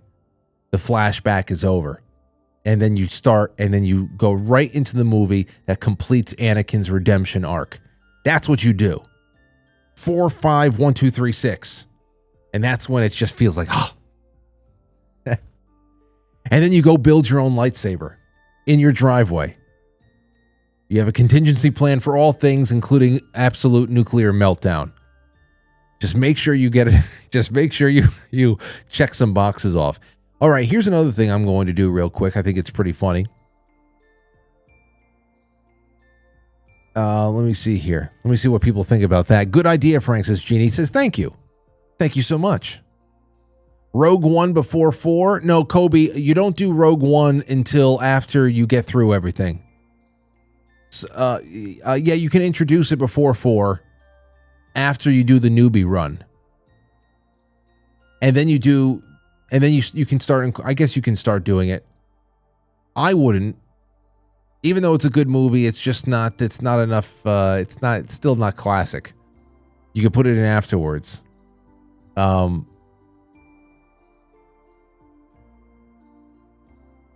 Anyway, that's where we go to. That's where we go. All right, so here's another one I got for you. I thought this was a fun way to leave the night off.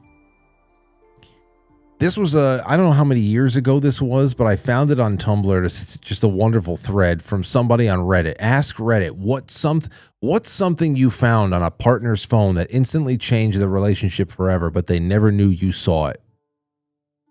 Now, this isn't as depressing as you think it's going to be. It's actually going to be pretty nice. Okay, because obviously the things found on partners' phones there's probably horror stories and just, what you thought was storybook relationships coming to a crashing halt and just hearts broken and all that other stuff. But listen to these stories, okay? Which I thought it was kind of nice. And then puzzling. What are some things you found on a partner's phone that instantly changed the relationship forever, but they never knew you saw it? Timothy Williams says, a few years ago, I was adding some items to the Notes app grocery list on my wife's phone. The app opened to the most recent list, which was a copy of her wedding vows with the promises she made to me, things like supporting my dreams, beating my partner in crazy adventures, etc. Beside each one of those points on the vows was a list of ideas to match, including some things that we had done recently. That we were going through a rough patch at the time, and seeing that list doubled my resolve to work through it. That's awesome. To kind of naturally stumble upon a list that someone made of, okay, here's my checklist of things I want to do to make sure that I hold up my end of my vows, and I want to do this, and that's awesome. Just to find, to just know. Wow, I've been prioritized in that way. That's a beautiful thing. Here's another one. There was a photo album of nothing but pictures of me and our son titled My Perfect Men. There were pictures in there that I didn't even know about. Him helping me wash my car, us laying on the couch, him teaching me Minecraft, me helping him ride a bike, etc. I was a mess for a while, ugly crying, happy tears, but ugly crying. I had no idea I was loved so deeply by her. My wife is quiet, introverted, and didn't grow up in an environment that was outwardly loving. I wasn't snooping at all, but I asked her to share some recent pictures of our son after a sports day at his school, and I saw her in a different light after that. Our already good marriage hit a level I didn't even know was possible. And here's the kicker. Les Party says, I found a photo of myself shirtless, crudely edited to look like I was making out with Shadow the Hedgehog. What does that mean? Is Shadow the Hedgehog? Is that like a Bizarro Sonic? It's a character created by Japanese game. He is a major character in Sega's Sonic the Hedgehog. Is he a bad guy? What the hell was his wife doing? That's incredible. I found a photo of myself shirtless, crudely edited to look like I was making out with Shadow the Hedgehog. Wow. I don't know. I guess I mean, that's a lot of effort and very creative. I'd be like, Lauren, very creative. Oh, no, that's good. It's fun. It's good. Very creative of you. Oh, Lauren actually just sent me pictures of our little princess. Went on a trunk or treat tonight. And she is going to be Catwoman. Oh, she's beautiful. Oh, you're gorgeous. You're both gorgeous. Oh, look at those eyes. Oh, what am I going to do? So they went to a Boys and Girls Club trunk or treat. And I didn't know this, but Lauren had like a secondary costume for Aurora. She was a princess tonight. But her real costume is for Halloween. And she's going to be Catwoman. She went 1966 Catwoman. Got the thing, the little, it's, I can't believe it. She looks incredible. And when she got to try it on for the whole family on Sunday night, oh man. Of course, she came right up to me and she's trying to scratch me with her claws. I'm like, oh, stop.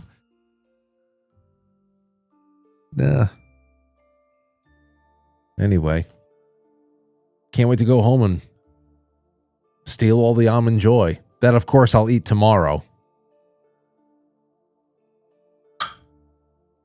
All right. Well, that's that, everybody. It's 8:55. You've been wonderful to me.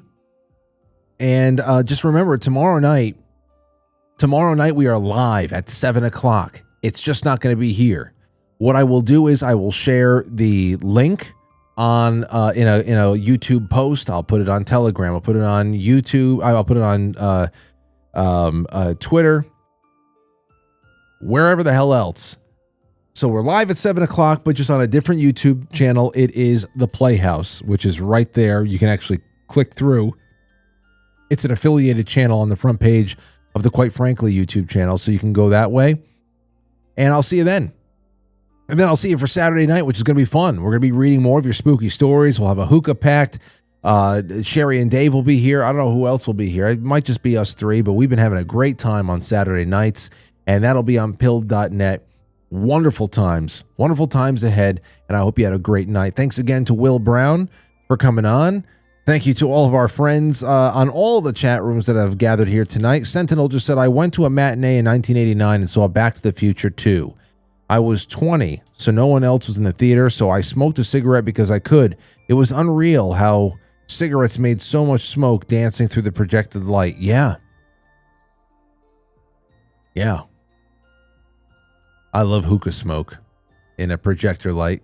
We used to do that a lot. We used to watch a lot of movies in that war room in the first studio, and lots of stuff smoked in that room.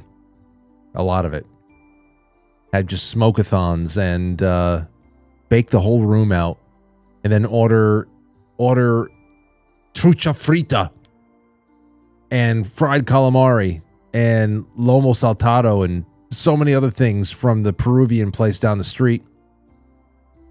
And we would gorge. And it would just be awesome. We watched Weekend at Bernie's. Weekend at Bernie's was one of our go-to studio feast movies in the war room. We just projected onto the wall. And everybody just sit back and eat their yuca, their fried yuca. And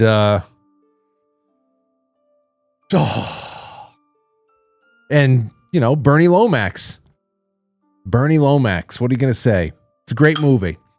And you guys are great company. I'll see you soon, tomorrow night. Have a good one, and get on over to the flip side, because we're going to talk a little bit over there. Then I'm going to jump on the drums because I have to retrieve my ring. I remembered. But I still got to go into the room, so it's still going to it's still going to happen. All right. Look into the chat room for the link. It'll be dropping in there shortly. Have a wonderful evening, everybody, and thanks for everything. I'll catch you on the flip side.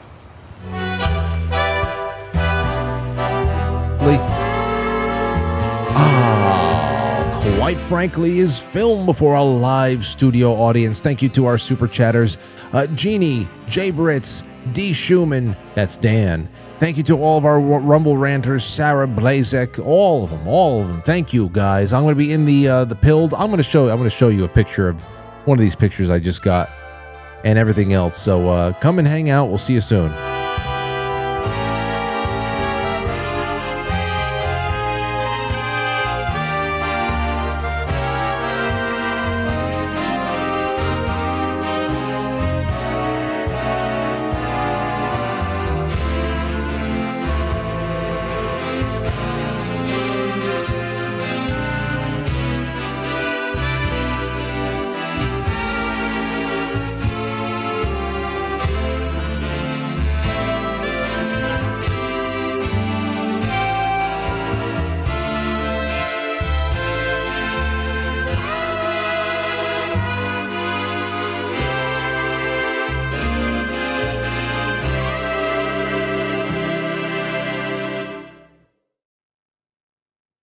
Goodbye. All right, that's it. Thanks, everybody.